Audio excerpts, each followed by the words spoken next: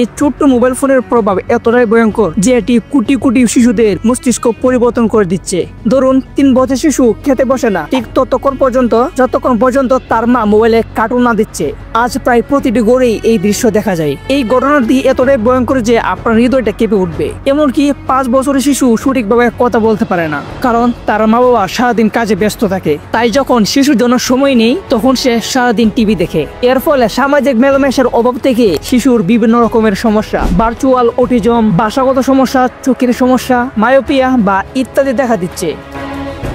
Hello সবাইকে স্বাগতম voice of বাদশার ইউটিউব চ্যানেলে। আজ আমি জানাবো কিভাবে মোবাইল ফোন শিশুদের উপর প্রভাব ফেলে এবং এর সমাধান কি। আজকের দিনে শিশুরা বাইরে খেলার জন্য যে সময় পায় তা কারাগারে বন্দীদের থেকেও কম। অনেকেই জীবনের চাপ থেকে মুক্তি পেতে মোবাইল ইউজ করে, যেমন মানুষ অ্যালকোহল বা সিগারেট ইউজ করে। স্ক্রিন এমনভাবে শিশুদের মন্ত্রমুগ্ধ করেছে যে মা অসুস্থ হয়ে সামনে পড়ে থাকলেও শিশুর স্ক্রিন থেকে চোখ সরে না। আপনি কি কখনো ভেবেছেন ফোনের প্রভাব কতটা ভয়ঙ্কর হতে পারে? এই প্রতিক্রিয়া মাদকের আসক্তির মতোই। একবার কল্পনা করুন 1990-এর দশকের একটি মধ্যবিত্ত বাংলাদেশি পরিবার। বাবা সোফায় বসে সংবাদপত্র পড়ছে, মা তার পাশে বসে সারাদিনে অভিজ্ঞতা শেয়ার করছে। 10 বছরের মেয়ে হোমওয়ার্ক করতে করতে বাবা মাকে প্রশ্ন করছে, আর 3 বছরের ছেলে মেঝেতে খেলছে। সবাই শারীরিক ও মানসিকভাবে একসাথে আছে, হাসি, গল্প, সংযোগ সবকিছু। এবার কল্পনা করুন এই পরিবার 2025 সালে বাবা ফোনে নিউজ স্ক্রল করছে, মা এটিটি প্ল্যাটফর্মে প্রোগ্রাম দেখছে, 10 বছরের মেয়ে ইনস্টাগ্রাম ঘাঁটছে, 3 বছরের ছেলে ইউটিউব শর্টস দেখছে।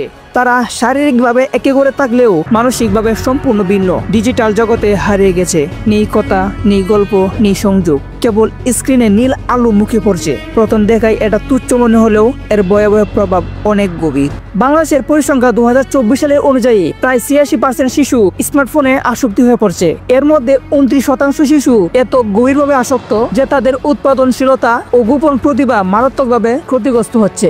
বিশ্ব স্বাস্থ্য সংস্থা বলছে 2 বছরের শিশুদের স্ক্রিন টাইম 0 হওয়া উচিত, আর 2 থেকে 4 বছরের শিশুদের জন্য সর্বোচ্চ 1 ঘন্টা। কিন্তু বাংলাদেশের বাস্তবতা হলো 5 বছরের নিচের শিশুদের গড় স্ক্রিন টাইম প্রতিদিন 2 থেকে 2.5 ঘন্টা। এমনকি 2 বছরের নিচের শিশুরাও গড়ে 1 থেকে 1.5 ঘন্টা স্ক্রিন দেখে, যা একেবারেই 0 হওয়া উচিত ছিল। উদাহরণ, ঢাকার একটি পরিবারের চিত্র ধরা যাক। 9 বছরের একটি শিশু, বাবা মা দুজনেই কর্মজীবী। শিশুটিকে 1 বছর বয়স থেকেই ফোন দেওয়া হয়েছিল। প্রথমে কাজ সহজ মনে হচ্ছিল, শিশু চুপচাপ থাকতো, বাবা মাও কাজ করতে পারতো। কিন্তু কয়েক মাসের মধ্যে শিশুটি পুরোপুরি ফোনের আসক্ত হয়ে যায়। 4 বছর বয়সে তাকে নিজস্ব ফোন দেওয়া হয়। বাহিরে খেলার চেয়ে ফোনে বেশিক্ষণ সময় কাটাতে শুরু করে। তারপর চোখ ব্যথা, মাথা ব্যথা, ঘুম ভাব দেখা দেয়। ফোন কেড়ে নিল, তারপর সে মাদকের মতো আচরণ করা শুরু করে। এটা কোনো একক ঘটনা নয়, পৃথিবীর হাজারো শিশু একই সমস্যায় ভুগছে হাজারো মানসিকতায়। দীর্ঘ সময় স্ক্রিন ব্যবহারে শিশুরা বাস্তব জীবন থেকে বিচ্ছিন্ন হয়ে পড়ে। এতে তারা একাকিত্বে ভুগছে, যা ধীরে ধীরে হতাশা রূপ নেয়। পড়াশোনায় মনোযোগ অভাব, সম্পর্ক গড়তে সমস্যা, সবকিছুই বাড়ে। অনেক শিশুর কাছে ভার্চুয়াল গেম বা সোশ্যাল মিডিয়ার বাস্তব জীবনের চেয়ে বেশি আকর্ষণীয় মনে হয়। কিন্তু এর সমাধান কি? সমস্যা যেহেতু আছে, সমস্যার সমাধানও আছে। তাই স্ক্রিন আসক্তি থেকে মুক্তির উপায়। 2 বছরের নিচে শিশুদের একেবারে স্ক্রিন থেকে দূরে রাখুন। এই বয়সে শিশুদের মস্তিষ্ক ও চোখ দ্রুত বিকশীল হয়। স্ক্রিন এক্সপোজার তাদের ভাষা, মনোযোগ ও সামাজিক দক্ষতা নষ্ট করে। তাই গল্প বলুন, গান শোনান, খেলা শেখান।